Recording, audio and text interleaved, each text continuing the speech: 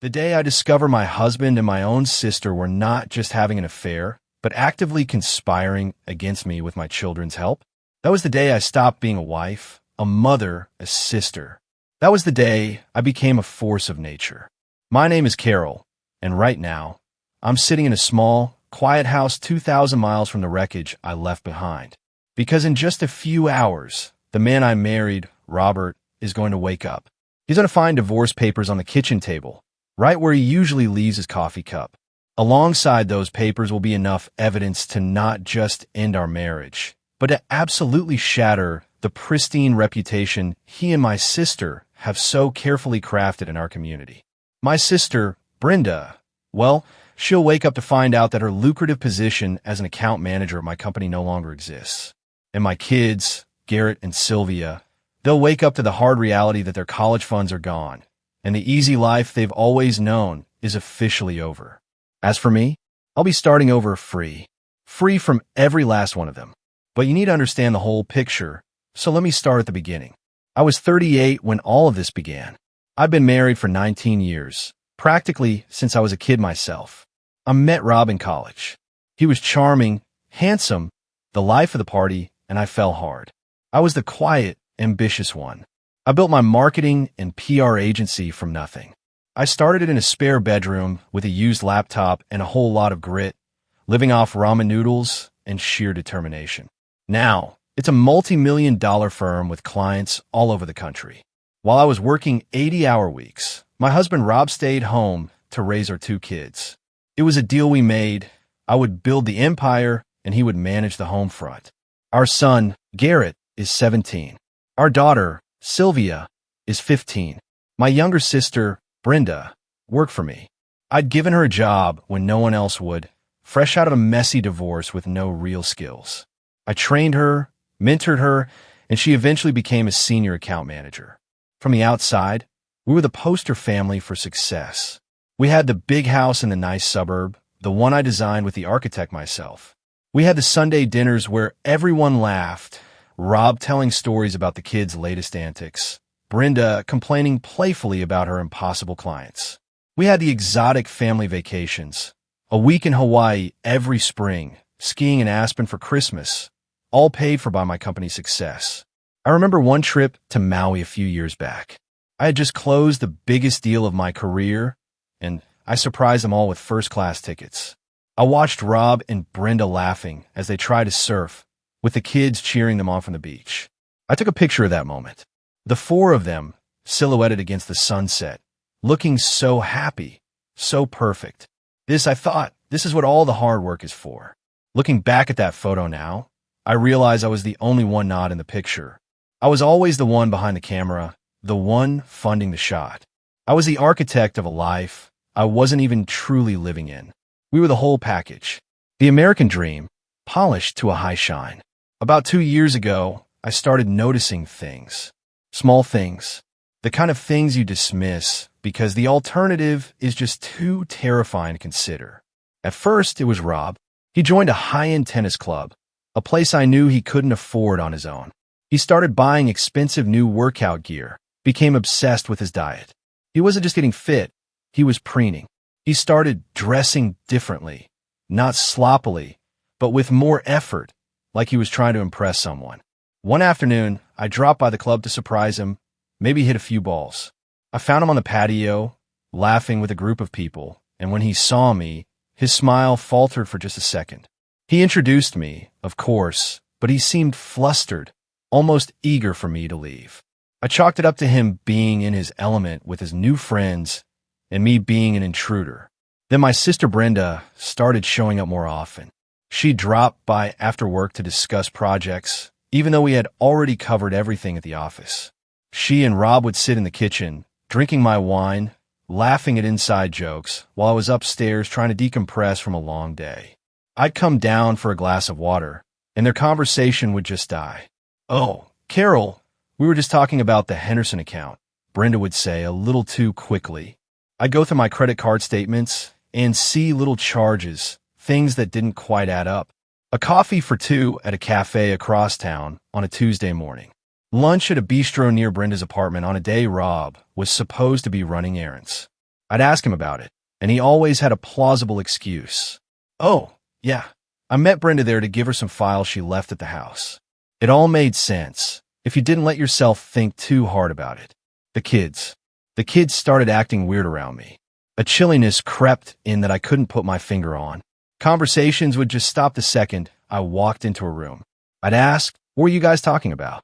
And it was always the same answer from Garrett. Oh, nothing, Mom. A whole lot of nothing. One night, I overheard Sylvia on the phone in her room. She was whispering, "No, he can't talk now. She's home." I stood frozen in the hallway, my heart pounding. When she came out, I asked who she was talking to. "Just a friend from school," she said, not meeting my eye.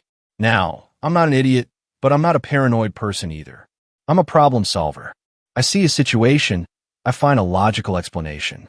So, I explained it all away. Rob was having a midlife thing, wanting to feel young and attractive again. Fine by me. Brenda was probably having issues with her own husband, Walter, and was leaning on her brother-in-law for support. Whatever. The kids were just being teenagers, secretive and moody. I had a business to run, payroll to meet, clients to keep happy. I didn't have time to play detective over every little oddity in my own home. That was my mistake. My biggest mistake. Not being paranoid enough. The truth came out 2 weeks ago, and it wasn't some dramatic confrontation. It was quiet and mundane, and it happened by complete accident.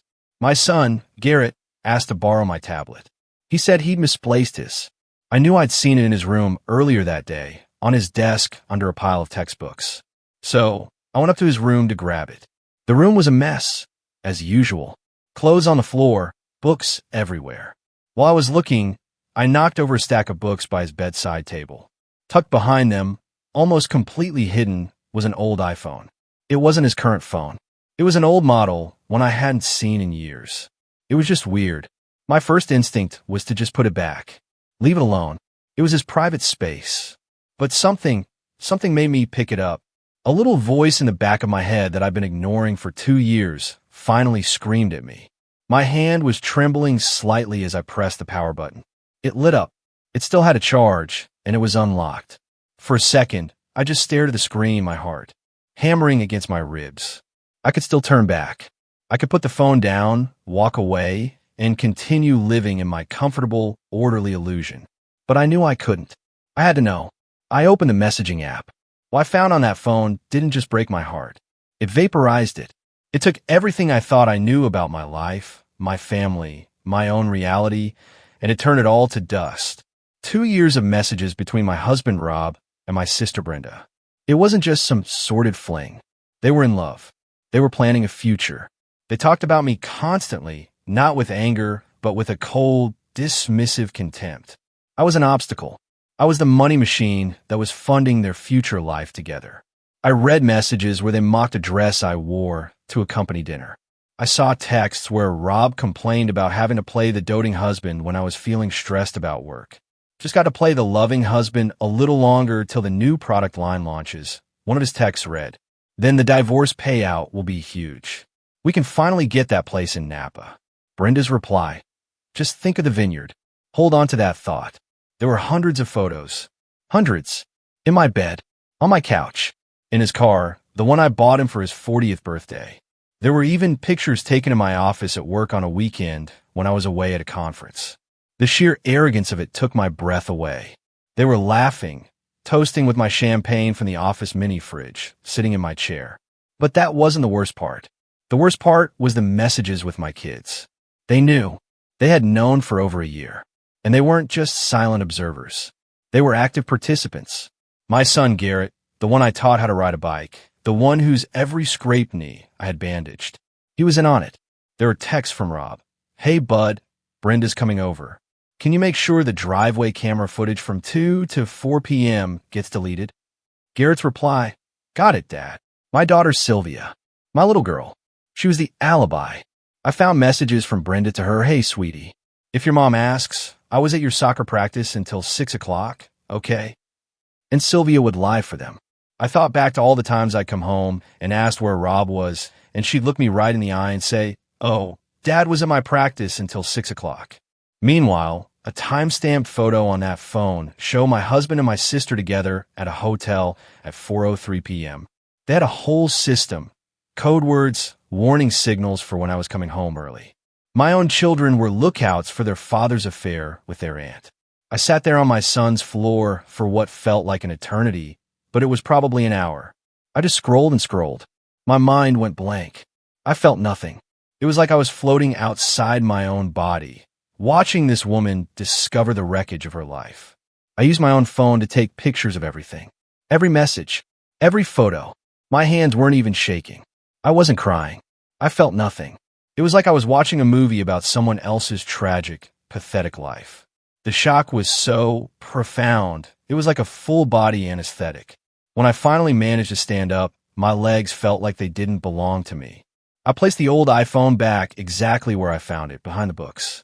I walked downstairs. The scene in my kitchen was so grotesquely normal, it felt like something out of a horror movie. My husband was at the stove, humming along to the radio, making my favorite pasta dish. My sister was sitting at the kitchen island, sipping a glass of my Chardonnay, scrolling through her phone. My kids were at the table pretending to do homework. A perfect family evening. "Hey, babe," Rob said, smiling at me. That easy, handsome smile that I used to love. "Dinner's almost ready." I smiled back. It felt like my face was cracking. I walked over, kissed him on the cheek. His skin was warm. I felt nothing. I grabbed a glass of wine and sat down right next to my sister. "How was work today, sis?" she asked, her voice full of fake concern. "Good," I said, my voice even. "Real good. Closed the Henderson deal." "Oh, Carol, that's amazing," she squealed, giving my arm a squeeze. Her touch felt like a spider crawling on my skin. We ate dinner together. Rob served the pasta. I watched them all eat the food I paid for in the house I paid for, living a life I paid for, while they plotted to destroy me. We talked about normal things. Plans for the upcoming weekend. Garrett's graduation was just a few months away. Sylvia had a part in the school play. Sylvia showed me a drawing from her art class. It was a picture of our family, all of us smiling. I told her it was beautiful, and my voice didn't even break. I was looking at my daughter, my baby girl, and I didn't recognize her. She was a stranger, a co-conspirator. It was just a normal family dinner, except now I knew. I knew every smile was fake. Every laugh was a lie. Every "love you, Mom" was absolute garbage. Later that night, in our bedroom, Rob initiated sex. It was the first time in months he'd shown any real interest. And I let him. I went through with it. I was numb, detached, a performer playing a role. The whole time I was just thinking about them, about him and my sister in this bed, our bed. I wondered how many times they had been in here while I was on a business trip, closing a deal to pay for their lives. When we were done, he rolled over and cuddled into me. He whispered, "I love you." I stared at the dark ceiling. "Love you too," I lied. He fell asleep a few minutes later, his head on my chest, breathing deeply. He looked so peaceful, so innocent. And I just lay there wide awake, staring at the ceiling until the sun came up. The numbness was wearing off, and something else was taking its place. Something cold and hard and sharp. I wasn't a victim anymore. I was a planner, and I was about to plan the demolition of their perfect little world. A lot of people, maybe even some of you listening, would probably say I should have confronted them right then and there. Screamed, cried, thrown things. Had it out. I thought about it.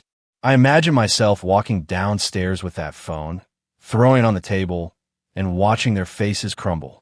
But then what? A messy, ugly fight. Denials. Lies. Rob would have called me hysterical. Brenda would have played the victim. They would have gaslighted me, told me I was crazy, that I was misinterpreting things. They would have turned it around and somehow made it my fault. The classic, "You were never home. You were always working defense." No. I've learned one thing from running a business for 15 years. When you strike once, and you make it count. You gather your intel, you form a strategy, and you execute it flawlessly. You don't go into a negotiation screaming. You go in with all the leverage. And I had all the leverage. The 2 weeks that followed that night were a masterclass in living a double life. On the surface, I was the same Carol. Stressed from work, but a loving wife and mother. Underneath, I was an architect of ruin, working with a focus I hadn't felt since the early days of my company. My first move was to find a lawyer. I didn't just find any lawyer. I spent 2 full days researching, vetting, and interviewing 3 of the most ruthless divorce attorneys in the state. The first one I met was a man who kept patting my hand and suggesting counseling. "Marriage is a marathon, Carol," he said condescendingly. I walked out after 10 minutes. The second was a woman who seemed more interested in her billable hours than my case. Then I met Catherine. She was a woman in her 60s with eyes that could cut glass and a reputation for eviscerating cheating spouses in court. I walked in her office, laid out the story, and showed her the photos on my phone. She didn't offer sympathy. She just smiled a thin, sharp smile and said, "Oh, this is good. This is very, very good." It turns out my state still has adultery laws that matter a great deal in divorce proceedings, especially when it comes to the division of assets. Those photos I took, gold. The fact that my sister was my employee and that she and my husband had used company property, her company car, her company phone, for their affair, even better. Catherine called it gift. It opened them up to potential civil claims for my business, for misuse of company resources and breach of fiduciary duty. With Catherine guiding me, I began to meticulously dismantle the financial life we had built together. Quietly, methodically, in the dead of night after Rob was asleep, my home office became my war room. First, I paid off all our joint credit cards down to a 0 balance. Every single one. Then I called each company and closed the accounts. The reason I gave was financial consolidation. The next day, I went to my company's HR department and had my direct deposit rerouted to a new individual bank account in my name only. That was a big move. The salary that funded their entire lifestyle was now firewalled away from them. I started moving money around. I couldn't just drain our joint savings without raising alarms. So, I started making a series of legitimate loans to a shell corporation owned by a trusted friend from college. I drafted the paperwork myself. On paper, it was a sound business investment. In reality, it was me securing my capital before the demolition. I came home one evening and announced I was selling my boat and Rob's precious sports car. He was horrified. "But why, Carol? I love that car.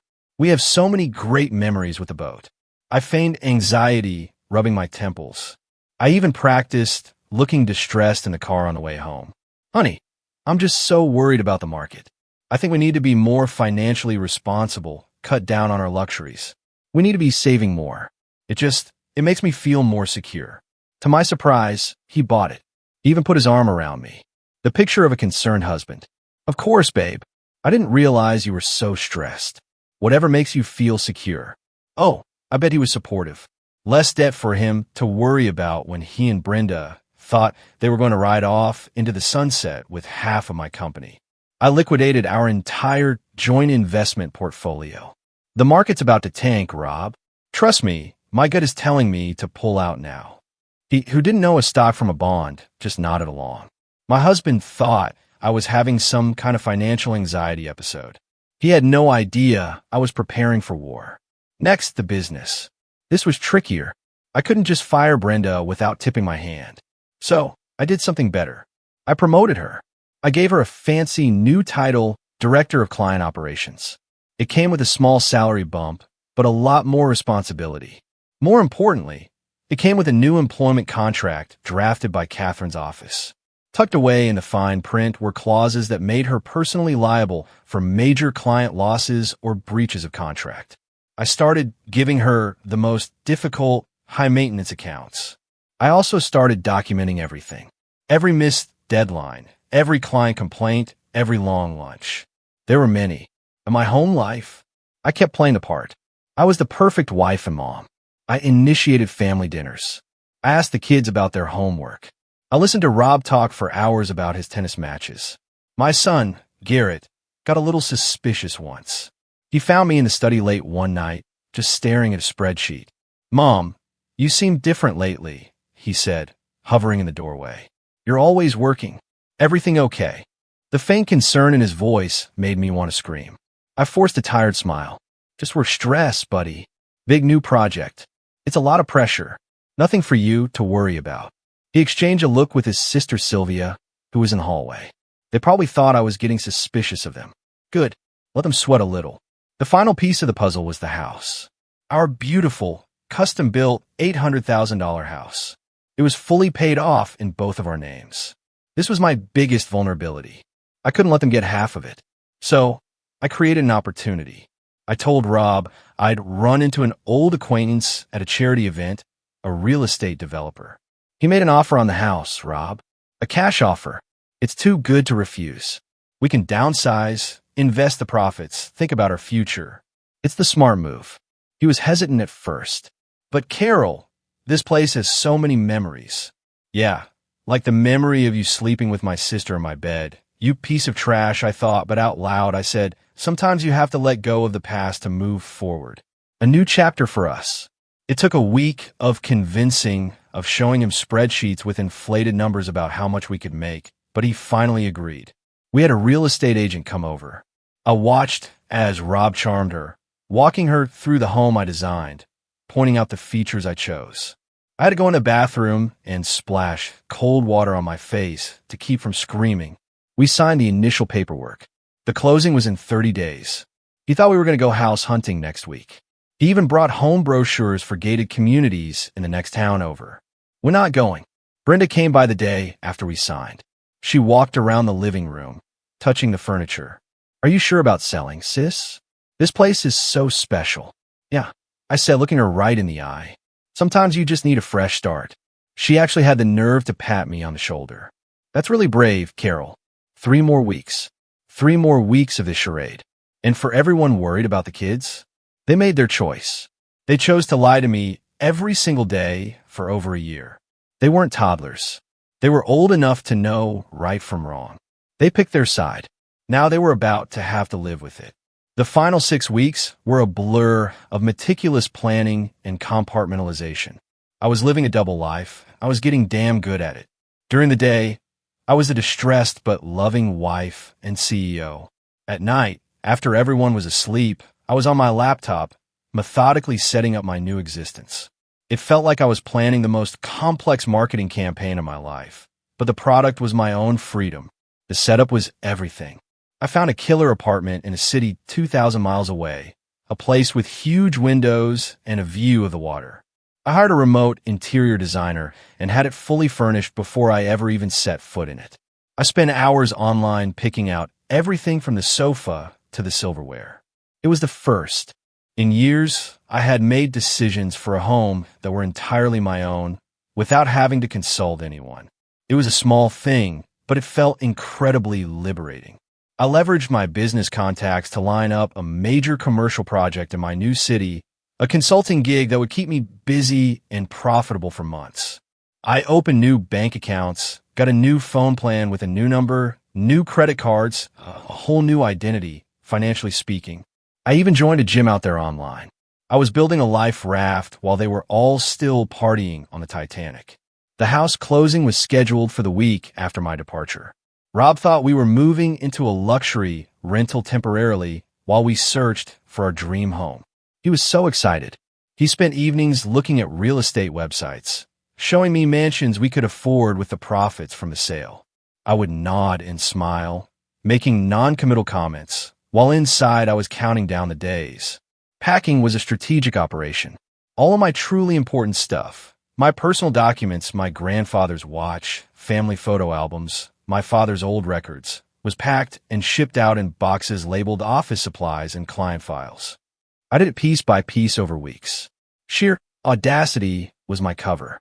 I would pack a box in my home office right in front of him, and he'd just see a busy woman preparing for a move.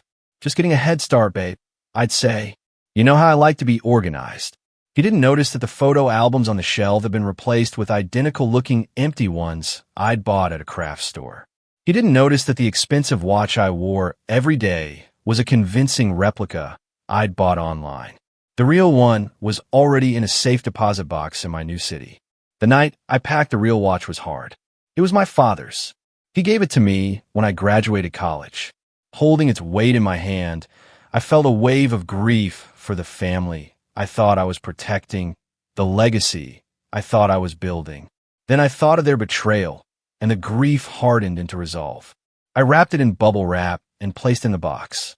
I even bought a whole new set of my favorite professional tools and had them shipped to the new office space I was leasing. They were completely oblivious. The business restructuring was the trickiest part. I couldn't just dissolve my company without raising 1,000 red flags. So, as I mentioned, I did something better. I held a small office party to celebrate Brenda's new title as operations director. She beamed, soaking up the attention, making a little speech about how grateful she was for my mentorship and sisterly love. I nearly choked on my champagne. What she didn't know is that the contract she signed, the one Catherine's office had drafted, made her personally liable for any major screw-ups. I also started a quiet investigation into her expense reports and discovered she'd been using the company credit card for personal luxuries, spa days, expensive dinners with my husband, even a weekend trip. And her drinking, which had started as a glass of wine at lunch, had escalated. I had multiple reports from other employees of her smelling like alcohol on the job. It was all being documented. Then I approached Regina, my office manager. Regina had been with me for 15 years, since the very beginning. She was a single mom who had started as my part-time assistant. She was loyal, brilliant, and hardworking. I called her into my office one evening and closed the door. I told her I was making some major life changes and that I wanted to sell the company. I saw the panic in her eyes. Then I laid out my offer, a legitimate sale of 60% of the company's ownership to her, financed by the company itself. It would make her the majority owner and CEO. The sale would be finalized a week after I left. I would retain 40% as a silent partner, guaranteeing me a steady income stream without any involvement. She cried when I told her. She thought I was joking at first. Regina, I said, this company is my baby. I'm not giving it to just anyone. I'm giving it to the only other person who loves it as much as I do. She deserved it. And the kids. This is the part where people will probably hate me, but I honestly don't give a damn. They were getting exactly what they deserved, a dose of reality. My son Garrett's college fund, which was substantial, was in a trust account with only my name on it. I liquidated it. Every penny. He was going to find out the hard way when he tried to access it for his first tuition payment. My daughter Sylvia's 16th birthday was coming up, and I had been planning to buy her a brand new car. That wasn't happening. The credit cards I paid for, the ones they use for everything from fast food to new clothes, were scheduled to be cut off the day I left. They wanted to play adult games with adult betrayals? Welcome to Adult Prizes. By the way, if you made it this far, still listening to this absolute whirlwind of betrayal and revenge, please consider hitting that subscribe button. You won't want to miss what happens next or any of the wild stories I have to share. The universe gave me one final clarifying moment just last week. I was watching a movie with Sylvia, just the two of us.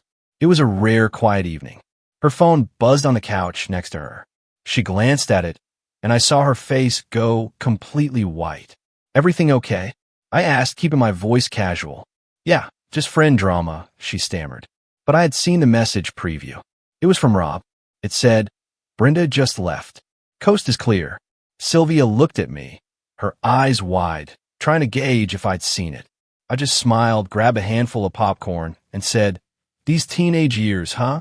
So much drama. She gave a nervous little laugh and quickly typed something back. I saw her phone screen before she turned away. Her reply was to my sister, Brenda. It said, all clear. Mom's clueless. Clueless. That's what my little princess thought of me. That single word solidified every cold, hard decision I had made. There was one more person to consider in this whole mess. Brenda's husband, Walter. He's a sweet man, a genuinely good person, a high school history teacher who loves his job and adores my sister. He had no idea he was married to a cheating piece of garbage, just like I was. So, I prepared a package for him, too. Everything. Every photo. Every message. Every timestamp. A complete, undeniable record of the betrayal. He deserved to know what kind of woman he was married to. I arranged for a courier to deliver that package to his school the day after I left. So, here's the plan for tomorrow. I leave for a business trip in the morning, an early flight. I'll kiss my husband goodbye. I'll hug my kids. I'll shake my sister's hand when she comes by for our weekly meeting before I head to the airport. It will all be normal goodbyes for what they think is a normal trip. I even packed a small decoy carry-on bag with a few changes of clothes, which I'll leave in my car at the airport. Except I've already shipped my real luggage. My new life starts with less baggage, literally. The folder will be on the kitchen table when Rob wakes up. Inside, the divorce papers, printed screenshots of the most damning messages, financial statements showing all the legal moves I've made, and a USB drive with every single photo and message I found. There won't be a long emotional letter, no explanations, just a single sticky note on the front. It will say, "I know everything.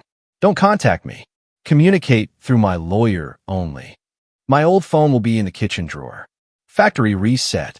My new number is already active, and only 3 people have it: my lawyer, Regina, and my new property manager. By the time they're reading that note, I'll be 30,000 feet in the air, flying towards my new life. Catherine will handle everything. The house sale will go through. They can't stop it now. The divorce will be straightforward with a mountain of evidence.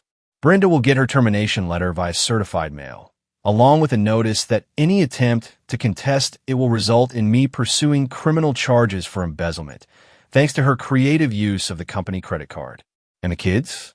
They'll figure it out when Rob can't pay for their lifestyle anymore, when their college funds are gone, when they realize their mother isn't the pathetic, clueless sucker they thought she was. Some of you will say I'm being too harsh, that they're just teenagers who were manipulated. I say screw that. My son is months away from being a legal adult. My daughter made conscious choices every single day to lie to my face. They knew it was wrong. That's why they hid it. They chose their father. They chose their aunt. They chose deception. Now they get to live with those choices. In 36 hours, I'll be in my new apartment, in my new city, starting my new life. And they'll be standing in the middle of the absolute storm they created. I built my life from nothing once. I'll do it again, but this time I'll do it without snakes in my house. The flight was surreal. For 7 hours, I was in limbo, suspended between 2 lives. I didn't watch a movie. I didn't read. I just stared out the window at the clouds. The first real silence I'd had in my own head in months. The morning had been a blur of forced smiles. The hug I gave Sylvia felt like holding a stranger. Garrett gave me a quick one-armed hug before burying his face in his phone. Rob kissed me at the door. "Have a good trip, babe. Call me when you land." I drove to the airport on autopilot, my town looking foreign in the rearview mirror. I left the car in long-term parking, dropped the decoy bag in the trunk, and walked into the terminal with nothing but my backpack and a one-way ticket to my future. I landed at noon. By 12:30, I was in a cab heading to my new apartment. My new phone, the one with the number only 3 people had, started buzzing. It was Catherine, my lawyer. "The package has been delivered," she said, her voice crisp and professional. "And the recipient is not pleased." She told me my old phone, the one I left behind, had been blowing up her office's answering service. By the time I checked into my new building, I had 47 missed calls from various numbers belonging to Rob, Brenda, and my parents. I didn't answer a single one. I stood in the middle of my new, beautifully furnished and completely empty apartment, listening to the city sounds outside my window, and I felt a profound sense of peace. The storm was breaking, and I was safe in the eye of it. The whole situation didn't just hit the fan. It hit every single fan in a 10-mile radius. According to Catherine, who had a certain grim satisfaction in her voice as she recounted the events over the next few days, Rob found the folder around 7 a.m. when he went to make coffee. His first call was to her office, screaming, crying, demanding to know where I was. She gave him the practiced, ice-cold line. "Miss Evans has retained me for the dissolution of her marriage. All communication will go through me. She will not be responding to any attempts at direct contact." Brenda showed up at the house by 8 a.m., probably summoned by a frantic call from Rob. Apparently, the fight that erupted between them was legendary. Catherine had a source, a nosy neighbor who was an old client of hers, who reported a massive screaming match on the front lawn. Accusations, recriminations, the whole ugly spectacle. The neighbor called the cops, reporting a domestic disturbance. Beautiful. The 2 lovebirds finally turning on each other when the money machine was gone. That afternoon, my son Garrett tried to access his college fund to put down a deposit for his dorm room at the state university he'd been so proud of getting into. Surprise, kid. The account was empty. Catherine said he called her office completely bewildered, asking if there had been some kind of bank error. She informed him there was no error. The funds, which were solely in my name, had been legally withdrawn by me. He apparently started crying on the phone with her paralegal. My daughter Sylvia got her dose of reality at the school cafeteria. She tried to buy lunch, and her debit card was declined. Welcome to the real world, princess. Her friends had to spot her the cash. The humiliation was just beginning. The package I sent to Walter, Brenda's husband, was delivered to the high school where he teaches. He opened it during his lunch break. He didn't just leave her. He went scorched earth. He posted everything. The messages, the photos, the whole sordid story on his Facebook page. He wrote a long, heartbreaking post about betrayal, about trust, and about the two people who had destroyed his family. He tagged Rob. He tagged Brenda. He tagged our local community group. The whole town knew within hours. Rob and Brenda tried to do damage control. They posted some vague nonsense about going through a difficult time and asking for privacy. That went over about as well as you'd expect when everyone in your social circle has already seen screenshots of you and your sister-in-law in bed. The comment sections were a bloodbath. The work situation detonated the next morning. Brenda had the audacity to show up to work like nothing had happened. Regina, my loyal manager and now the new majority owner, was waiting for her. She had security escort my sister out of the building she used to walk into like she owned the place. Brenda screamed about wrongful termination. The company's lawyer, already prepped by Catherine, shut that down real quick with the file documenting her misuse of company property and her on-the-job drinking. The best part? She'd been bragging about her big promotion and her new executive salary to anyone who would listen. She'd even taken out a loan for a new luxury car based on that salary. Now she was unemployed, about to be divorced, and drowning in debt. You just love to see it. The weeks that followed the detonation were a strange mix of legal maneuvers and personal rebuilding. While they were living through the public humiliation and financial chaos I had engineered, I was quietly putting my life back together 2,000 miles away. I spent the first week just being. I explored my new neighborhood, found a little coffee shop where the barista knew my order by the third day, and took long walks by the water. I was decompressing from 2 years of holding my breath.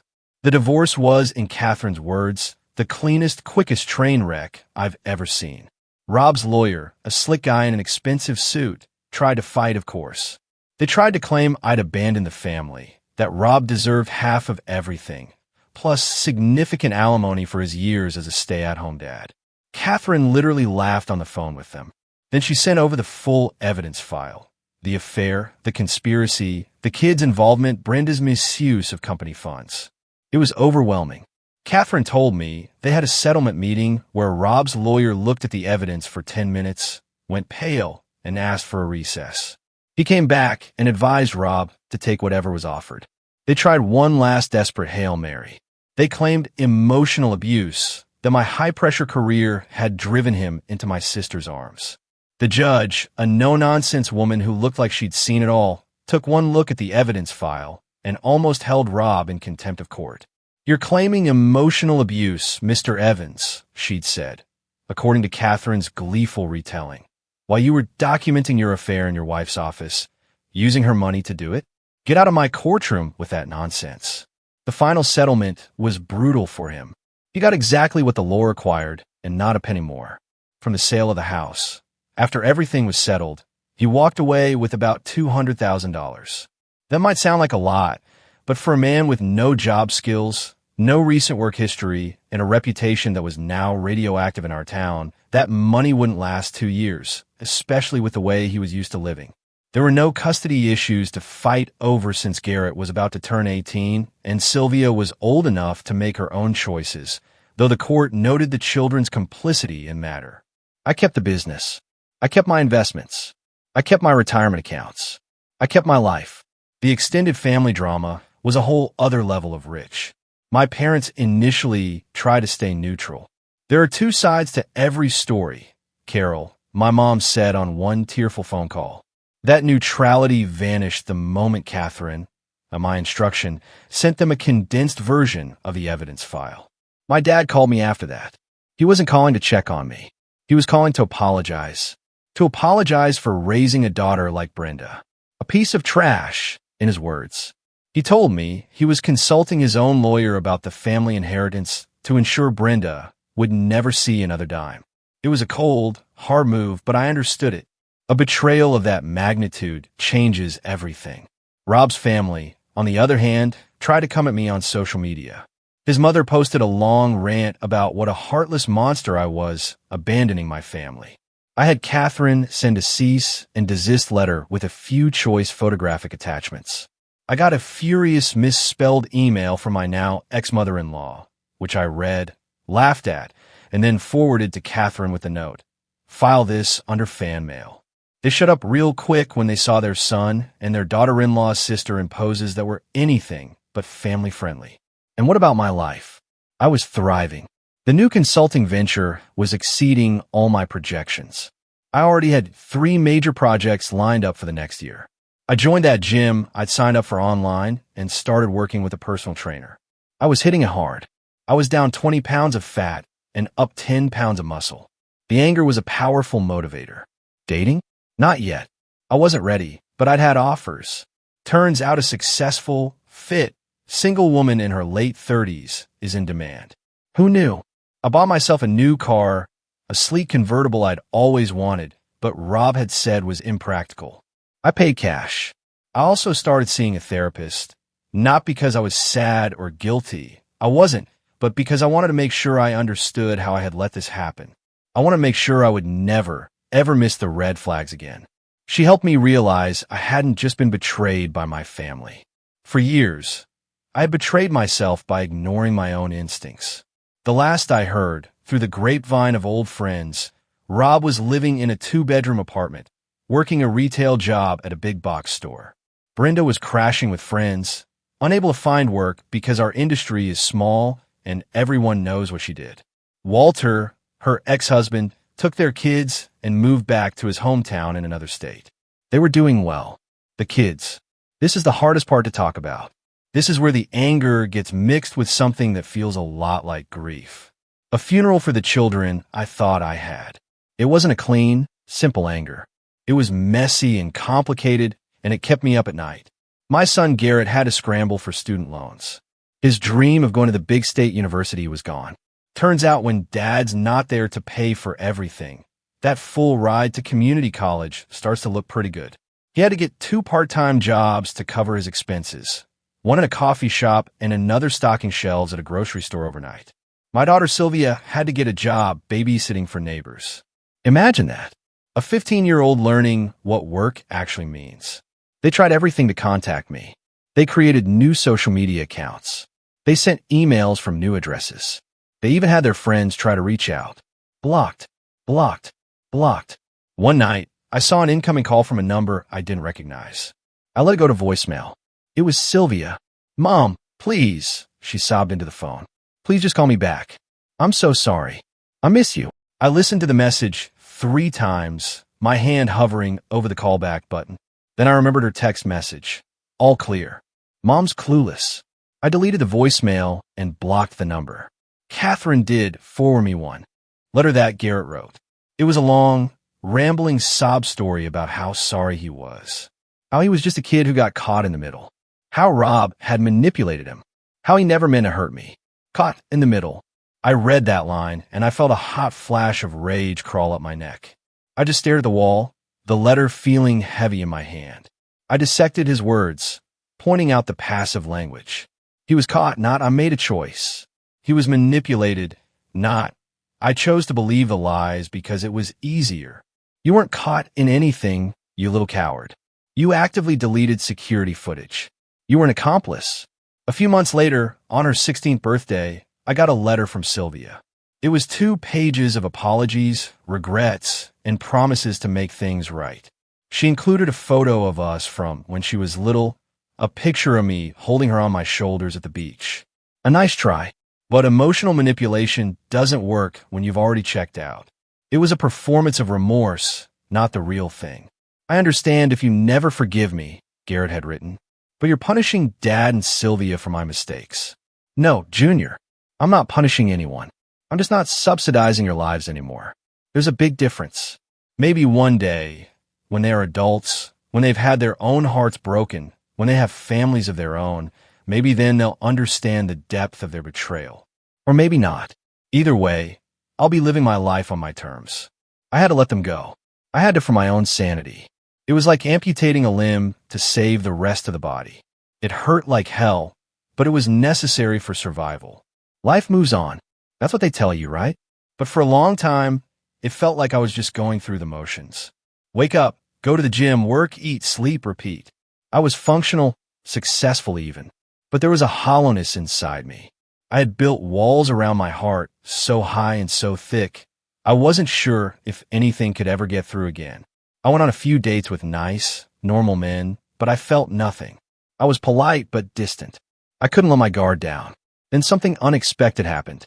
Walter, Brenda's ex-husband, reached out. It started with an email. He just wanted to thank me for telling him the truth. He said it was the hardest thing he'd ever gone through, but knowing was better than living a lie. That one email turned into two, then into long text conversations. We were two survivors of the same shipwreck, comparing notes. We talked about our exes, about the betrayal. But we also started talking about other things, about his love for history, about my passion for building brands, about our kids, about feeling lost in your late 30s. He told me something during one of those late-night calls that chilled me to the bone. He said that in the mess of their divorce, Brenda had admitted everything. She and Rob had been planning it for years. They weren't just waiting for my company to grow. They were waiting for my parents to pass away. My father had a heart condition, and they knew I was the main beneficiary of their will. They were waiting to get their hands on my inheritance, too. And the kids? The kids knew about that part of the plan as well. That little tidbit erased any lingering shred of doubt I had about my decisions. This wasn't a mistake. This was a conspiracy. After a few months of talking, Walter mentioned he was thinking of making a change. His school district was a mess, and he wanted a fresh start for him and his kids. My new city, he noted, had one of the best public school systems in the country. Was it messy? Maybe. Did I care? No. He moved here last month. We've been taking it slow. We met for coffee. It was awkward at first, two people connected by an ugly trauma. But then we started talking, and it was easy. He was kind and funny and decent. It's nice to be with someone who has integrity, someone who understands. We're just friends for now, but it's a foundation. I bought a house. Nothing fancy like my old one, but it's mine. 3 bedrooms, 2 baths, a pool, and a dedicated home office where I can work without someone nagging me about the noise. I even started teaching a small business class part-time at the local community college. It feels good to give back, to help young, ambitious people avoid some of the mistakes I made. I'm in the best shape of my life. I started boxing. There's something incredibly therapeutic about hitting a heavy bag when you imagine certain faces on it. I've made some solid friends at the gym, guys and gals who value honesty and hard work. The divorce was finalized 2 months ago. Cleanest divorce Catherine said she'd ever seen. Why? Because the evidence was so overwhelming. There was nothing left to fight about. People ask if I regret it, if I regret going nuclear, if I should have tried counseling, try to forgive, try to keep the family together for the kids. Here's my answer. Hell no. They didn't just cheat. They conspired. They plotted. They made me a fool in my own home, on my own dime. My children, the 2 people I would have died for, looked me in the eye every single day, and they lied. They helped their father betray me.